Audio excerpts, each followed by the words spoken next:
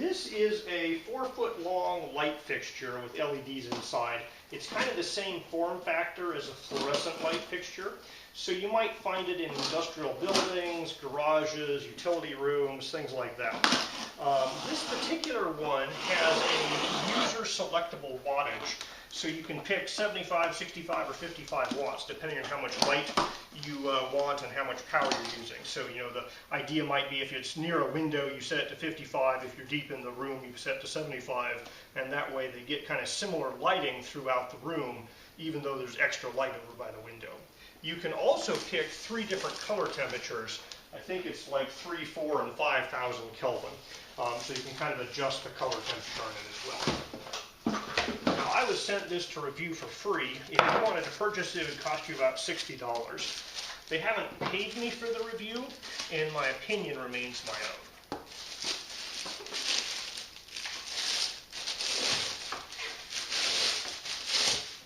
Alright, so we have a light fixture. It's hardwired, so you're going to have to wire it in yourself.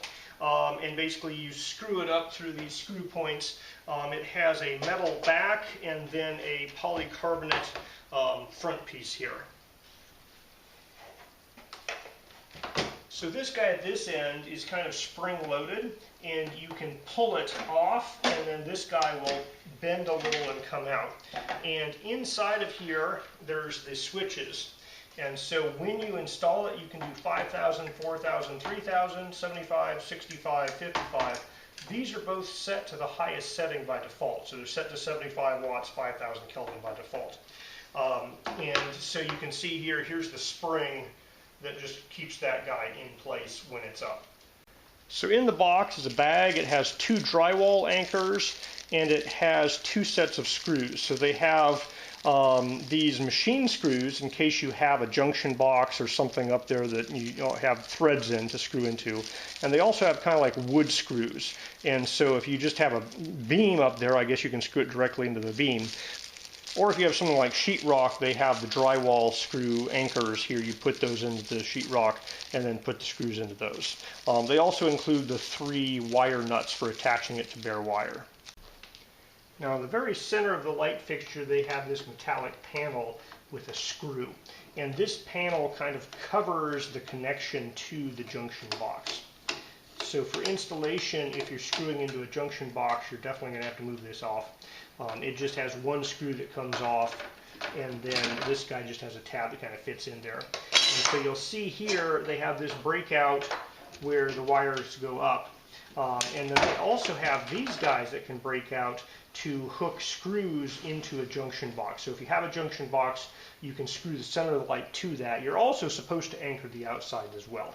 But you know, you might need to pull this off. You might need to break out these guys here depending on what size your junction box is. So at each end you have a keyhole like this, and the idea is you can have this screw go through and then hook in there. The washer they give is not super big. You know, so it fits in there, but you kind of have to get it close. If you get off to one side, it could conceptually maybe slide through there. And the screw head itself certainly won't work, so you definitely need a washer in there.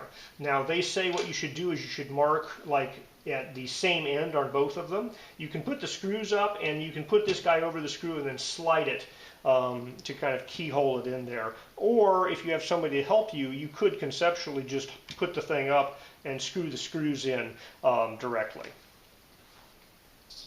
I'm replacing an existing fixture where one of the 2 sides is no longer working.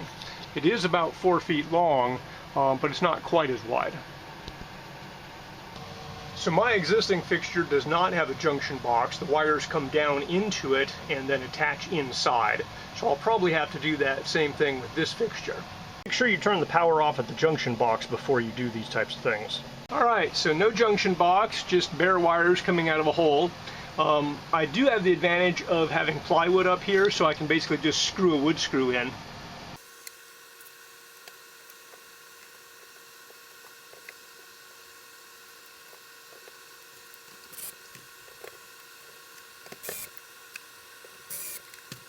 Alright, that was very lightweight, easy to put up one-handed with, just myself here. I was able to reuse one of the existing screw holes, so you know it's fixed up there physically. Now I just have to hook these wires up, and then I will have to do some type of folding to get the wires to kind of stick in the middle so they don't block the light.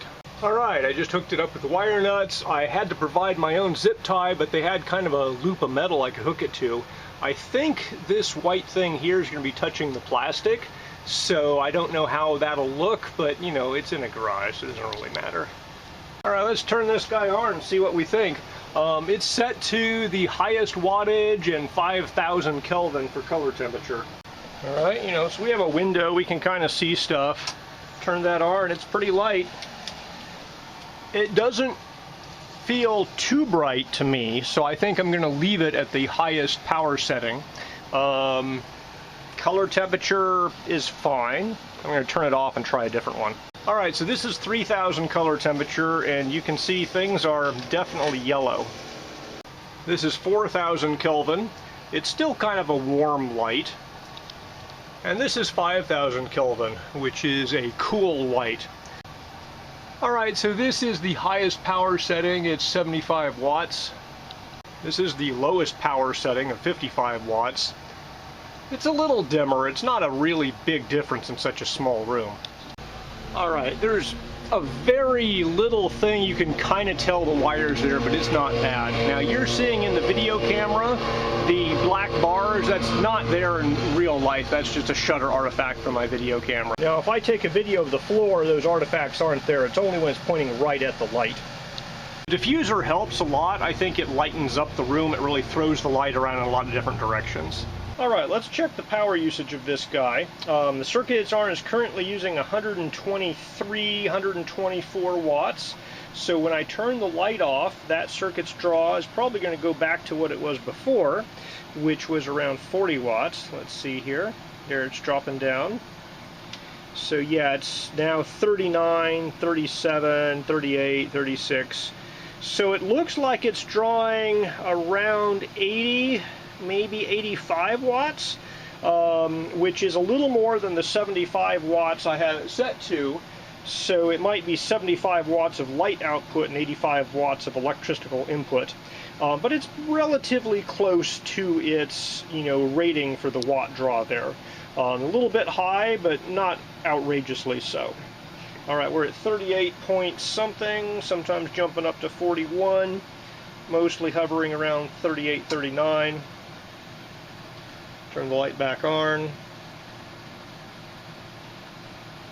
And yeah, there we are, up to 121, 122, 123 range. Alright, so the energy draw seems to be about what it claims to be. I'm not going to bother trying the 55 and 65 watt ratings, mostly because I put the cover on already. Alright, so I'm pretty happy with this guy. You know, it lights up the room, it does what it's supposed to do. It does make some artifacts on my video camera with this light on, just because I think it's flickering the LEDs.